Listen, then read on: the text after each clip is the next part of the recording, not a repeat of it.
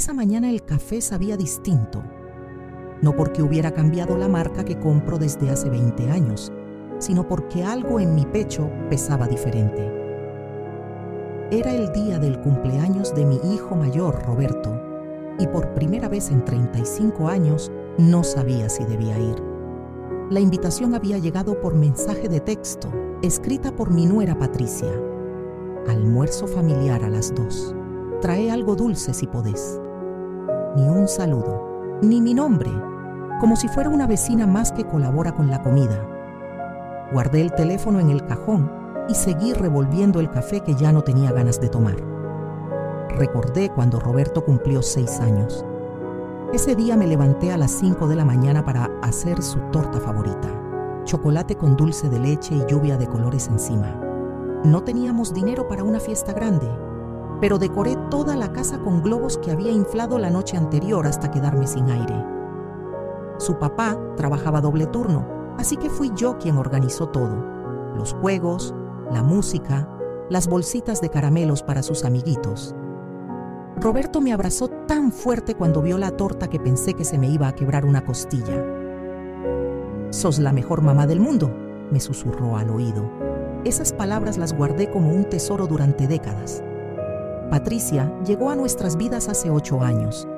Al principio intenté quererla como a una hija. Le enseñé mis recetas familiares, la invité a tomar el té los domingos, hasta le bordé unas servilletas para su casa nueva. Pero siempre sentí una barrera invisible entre nosotras. Sus respuestas eran corteses pero frías, como si yo fuera una obligación más en su agenda. Roberto estaba tan enamorado que no veía las pequeñas exclusiones. Cuando ella cambiaba de temas y yo hablaba, cuando organizaba planes familiares y se olvidaba de avisarme, cuando hacía comentarios sutiles sobre madres que no saben soltar a sus hijos. El primer cumpleaños de Roberto después de casarse fue extraño. Patricia organizó todo sin consultarme. Cuando llegué con mi torta casera, ya había una torta de confitería en la mesa. «Ah, no sabía que ibas a traer», me dijo sin mirarme. «Bueno, más torta mejor». Pero mi torta quedó en la cocina sin cortar. Ese día comí en silencio mientras todos elogiaban la decoración que Patricia había elegido, los platos nuevos que había comprado, la música que había seleccionado. Era como si yo fuera una invitada en el cumpleaños de mi propio hijo. Los años fueron pasando y yo fui volviéndome invisible. Las celebraciones se trasladaron completamente a casa de ellos. Yo seguía llevando algo casero, pero siempre terminaba perdido entre la comida que Patricia encargaba de afuera. Los nietos empezaron a llamarme menos. «La abuela está ocupada», escuchaba que Patricia les decía cuando querían visitarme. Roberto trabajaba tanto que apenas hablábamos. Nuestras conversaciones se limitaron a saludos rápidos y preguntas sobre mi salud. El hombre que una vez me abrazó hasta dolerme las costillas, ahora me daba besos en la mejilla sin mirarme a los ojos. Este año había sido especialmente difícil. Roberto perdió el trabajo en marzo y yo, sin que ellos me pidieran nada, comencé a transferirles dinero todas las semanas. No era mucho, pero era lo que podía dar de mi jubilación. Nunca me dijeron gracias directamente. Patricia solo me mandaba mensajes diciendo «recibido» cuando llegaba la transferencia. A veces me quedaba sin comprar medicamentos para poder ayudarlos, pero pensaba que era mi obligación como madre. Ellos tenían 2 niños pequeños y yo ya había vivido mi vida. La semana pasada algo cambió dentro de mí. Fui al banco a hacer la transferencia mensual y la empleada, una chica joven que siempre me atiende, me preguntó: «Señora, ¿está segura de que quiere enviar tanto dinero otra vez? Disculpe la pregunta, pero la veo siempre y me preocupa que se quede sin nada para usted». Sus palabras me cayeron como agua fría. Por primera vez en meses, alguien se preocupaba por mí. Me quedé parada frente al mostrador, sintiendo que algo se movía en mi pecho. «Hoy no», le dije. «Hoy no voy a transferir nada». Esa noche Roberto me llamó por primera vez en semanas. Su voz sonaba tensa. «Mamá, ¿pasó algo? No llegó la transferencia». No me preguntó cómo estaba, si necesitaba algo, si me sentía bien. Solo quería saber por qué no había mandado el dinero. Le expliqué que había decidido guardar un poco para mí, que había algunos gastos médicos pendientes. Hubo un silencio largo del otro lado de la línea. «Está bien, mamá», dijo finalmente, pero su tono era frío. «Pensé que siempre podíamos contar contigo». Esas palabras me dolieron más que cualquier grito. El día de su cumpleaños llegué puntual a las 2. Llevaba una tarta de manzanas que había hecho desde temprano, siguiendo la receta de mi madre. Era la misma que hacía para Roberto cuando era pequeño y se enfermaba. Toqué el timbre y Patricia abrió la puerta con una sonrisa que no llegaba a sus ojos. «Hola, Marta, pasa». No me saludó con un beso, no me preguntó cómo estaba. Solo me indicó dónde dejar la cartera y siguió hablando por teléfono. Roberto estaba en el jardín, riéndose con sus amigos. Cuando me vio, levantó la mano para saludarme desde lejos, pero no se acercó. La mesa estaba puesta para 12 personas, pero mi lugar parecía una ocurrencia de último momento. Un plato distinto al resto, una silla que claramente habían traído de otra habitación. Los demás invitados eran amigos de ellos, gente que yo no conocía. Me senté en el extremo de la mesa, sonriendo educadamente mientras todos conversaban sobre temas de trabajo y viajes que yo no podía seguir. Patricia servía la comida con eficiencia, llenando todos los platos con generosas porciones. Cuando llegó a mí, volcó lo que quedaba en la fuente, un poco de arroz seco, 2 pedacitos de pollo y algunas verduras que se veían tristes. Miré mi plato y sentí que algo se rompía por dentro. No era solo la comida. Era la manera en que Patricia había servido, sin mirarme, como si fuera un trámite que tenía que completar. Era el gesto automático de darme lo que sobraba, sin pensar si tenía hambre, si me gustaba, si merecía al menos la misma atención que los demás invitados. Levanté la vista y vi a Roberto riéndose con sus amigos, ajeno a lo que acababa de pasar. En ese momento entendí que para ellos yo ya no era una persona, era solo una función, la abuela que ayuda con plata y trae tortas caseras. Comí en silencio lo que me habían servido. Cada bocado me sabía a humillación. A mi alrededor, la conversación fluía sobre restaurantes nuevos, vacaciones planeadas, compras que querían hacer. Nadie me preguntó mi opinión sobre nada. Cuando intenté contar algo sobre el jardín que estaba cuidando, Patricia me interrumpió para ofrecer más vino a los otros invitados. Roberto no se dio cuenta, o tal vez sí se dio cuenta y eligió no verlo. Esa posibilidad me dolió aún más que la indiferencia. Después del almuerzo, Patricia empezó a recoger los platos. Cuando levantó el mío, que todavía tenía comida porque no había podido terminar esas sobras secas, me dijo: «Ay, Marta, ¿no te gustó la comida? La próxima vez decime qué preferís». Lo dijo con esa sonrisa falsa que había perfeccionado a lo largo de los años, esa que usaba cuando quería quedar bien delante de otros, pero que tenía una punta de veneno. Los demás invitados siguieron conversando, pero yo sentí que sus palabras resonaban en toda la casa. No respondí. Solo la miré a los ojos por primera vez en todo el almuerzo. Roberto se acercó para despedirse cuando me estaba yendo. «Gracias por venir, mamá», me dijo, y me dio un abrazo rápido, de esos que se dan por compromiso. No mencionó la tarta que había traído y que había quedado sin tocar en la cocina. No me preguntó si había estado cómoda, si había disfrutado el almuerzo, si necesitaba que alguien me llevara a casa. Solo cumplió con el ritual de despedir a la madre en su cumpleaños.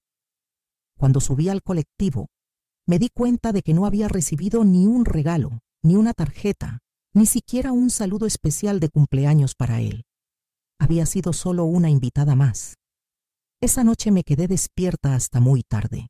Tenía un regalo guardado para Roberto desde hacía 2 meses, una cadena de oro que había pertenecido a su abuelo. Era lo único de valor que me quedaba de mi esposo, y había decidido dársela en su cumpleaños. Pero después de lo que había pasado en el almuerzo, el regalo seguía envuelto sobre mi cómoda. No era por venganza ni por capricho, era porque había entendido algo importante. Un regalo no es solo un objeto, es un acto de amor, y el amor necesita ser recibido con respeto para tener sentido. Al día siguiente, Roberto me llamó. Su voz sonaba distinta, menos segura. «Mamá, Patricia me dijo que te fuiste medio rara ayer. ¿Pasó algo?» Era la primera vez en mucho tiempo que parecía realmente preocupado por mí. Le expliqué con calma y sin reproche lo que había sentido durante el almuerzo. Le conté sobre el plato de sobras, sobre la sensación de ser invisible, sobre los años de sentirme excluida de su nueva familia. Roberto se quedó callado durante varios minutos. «No me había dado cuenta», murmuró finalmente. «Patricia dice que vos a veces sos difícil». «Difícil». La palabra me quedó resonando después de que cortamos la llamada. Era difícil querer ser tratada con respeto. Era difícil esperar que mi hijo notara cuando me sentía mal. Era difícil pedir el mismo trato que se le daba a cualquier invitado. Me senté en la cocina con una taza de té y pensé en todos los años que había pasado tratando de no ser difícil. Había aceptado los cambios de planes de último momento, las exclusiones sutiles, los comentarios hirientes. Había puesto mi comodidad en segundo lugar para mantener la paz familiar. Esa semana no mandé la transferencia habitual. Roberto volvió a llamar, esta vez con más urgencia en la voz. «Mamá, necesitamos hablar. ¿Podés venir a casa?» Cuando llegué, Patricia no estaba. Roberto me sirvió café y se sentó frente a mí en la mesa de la cocina. Parecía nervioso, como cuando era niño y había roto algo. «Mamá, sé que las cosas han estado raras últimamente. Patricia está estresada con los chicos y el trabajo, pero vos sabés que te queremos». Sus palabras sonaban ensayadas, como si hubiera estado practicando qué decirme. «¿Me querés, Roberto?» La pregunta salió de mi boca antes de que pudiera detenerla. Mi hijo se quedó callado, claramente sorprendido por mi directa. «Claro que sí, mamá. Sos mi madre». Pero había algo en su respuesta que sonaba automática, como si fuera una respuesta aprendida. «Entonces explícame por qué hace años que no hablamos de otra cosa que no sea dinero. Explícame por qué tu esposa me trata como si fuera una carga. Explícame por qué en tu cumpleaños me dieron sobras mientras a todos los demás les servían platos llenos». Roberto se movió incómodo en su silla. «Patricia no es mala, mamá. Es solo que ella piensa que vos a veces te entrometés demasiado en nuestras cosas». La palabra entrometerse me cayó como una bofetada. Durante años había cuidado a sus hijos cuando ellos no podían. Había pagado cuentas cuando se quedaron sin trabajo. Había estado disponible cada vez que necesitaron algo. Y todo eso, en la versión de Patricia, era entrometerse. ¿Cuándo me entrometí, Roberto? ¿Cuándo les di dinero sin que me lo pidieran? ¿Cuándo cuidé a tus hijos para que ustedes pudieran salir? Vi lágrimas en los ojos de mi hijo por primera vez en años. «No es eso, mamá. Es que Patricia dice que vos no respetás nuestro espacio, que siempre querés ser el centro de atención». Esas palabras me dolieron más que el plato de sobras, más que todos los años de indiferencia. Querer un lugar en la mesa era buscar el centro de atención. Esperar que me trataran con cariño era no respetar su espacio. Me quedé en silencio durante varios minutos, sintiendo que algo se terminaba de romper dentro de mí. «Roberto», dije finalmente, con una calma que me sorprendió a mí misma. «Tengo 68 años. He criado 4 hijos prácticamente sola. He trabajado hasta que el cuerpo me dio. He cuidado a tu padre hasta su último día. Nunca le pedí nada extraordinario a la vida, solo que mis hijos me trataran con respeto». Mi voz era firme, pero no estaba enojada. Era algo más profundo que la bronca. Era una resignación serena. Si Patricia piensa que soy un problema y vos crees que ella tiene razón, entonces tal vez es hora de que cada uno viva su vida. Roberto empezó a protestar, a decir que las cosas se podían arreglar, que él hablaría con Patricia, que todo volvería a ser como antes. Pero yo sabía que no había vuelta atrás. no porque no los perdonara, sino porque había entendido algo fundamental. No se puede obligar a nadie a quererte con respeto. El amor verdadero no necesita explicaciones ni negociaciones. O está o no está. Y hacía años que en esa casa no estaba, al menos no para mí. No quiero que hables con nadie, Roberto.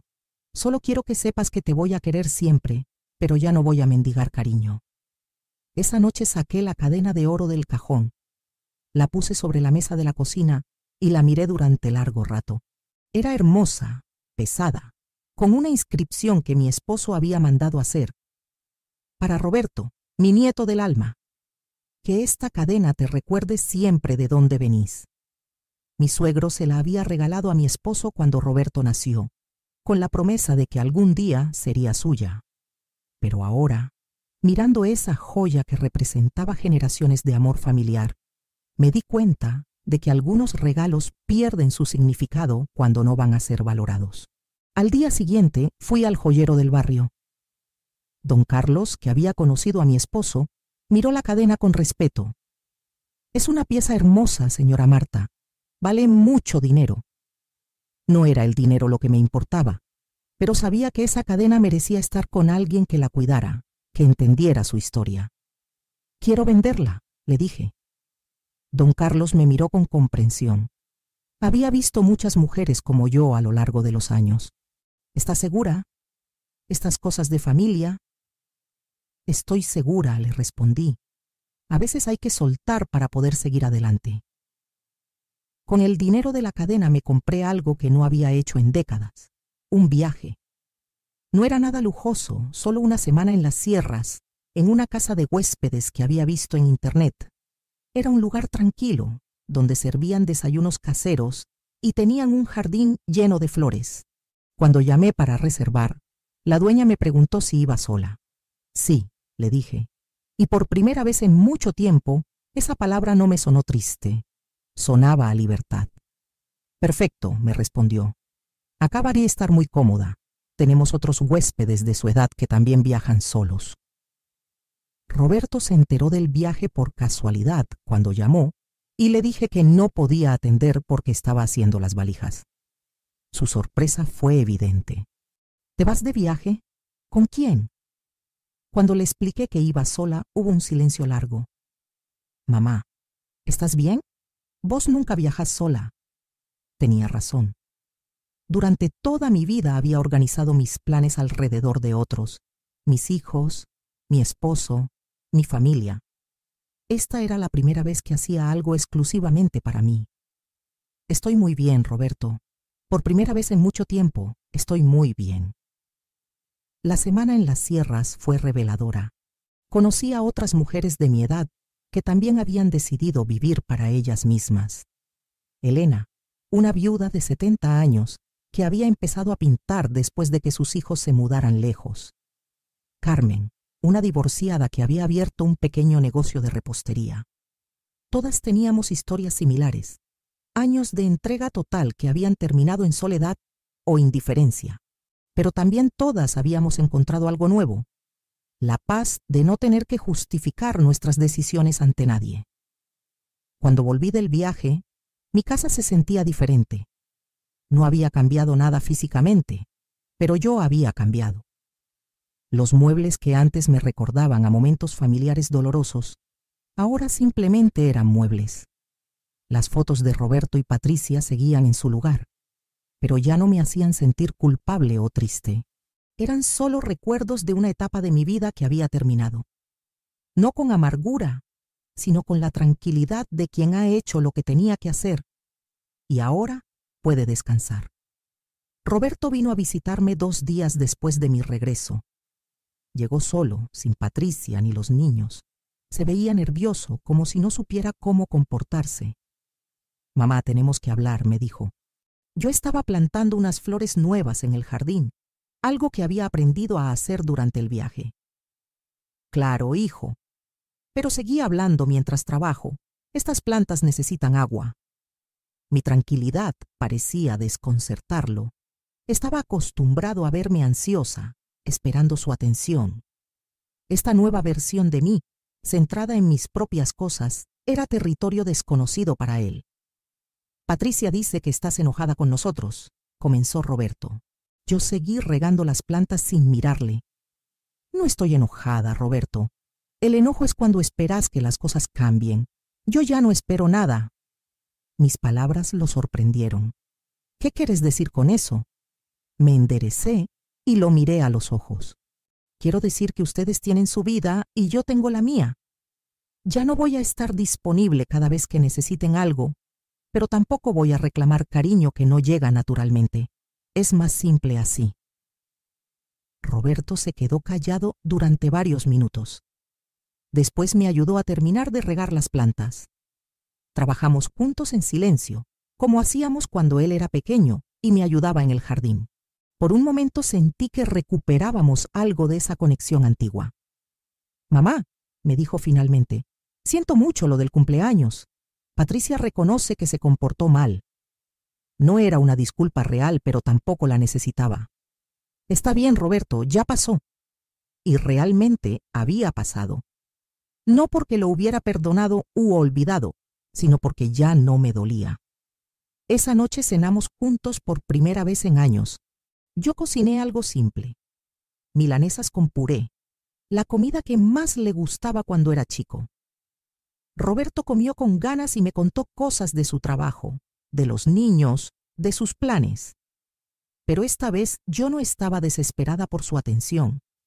Escuchaba con interés genuino, pero sin la ansiedad de antes. Cuando se fue, me dio un abrazo más largo que de costumbre.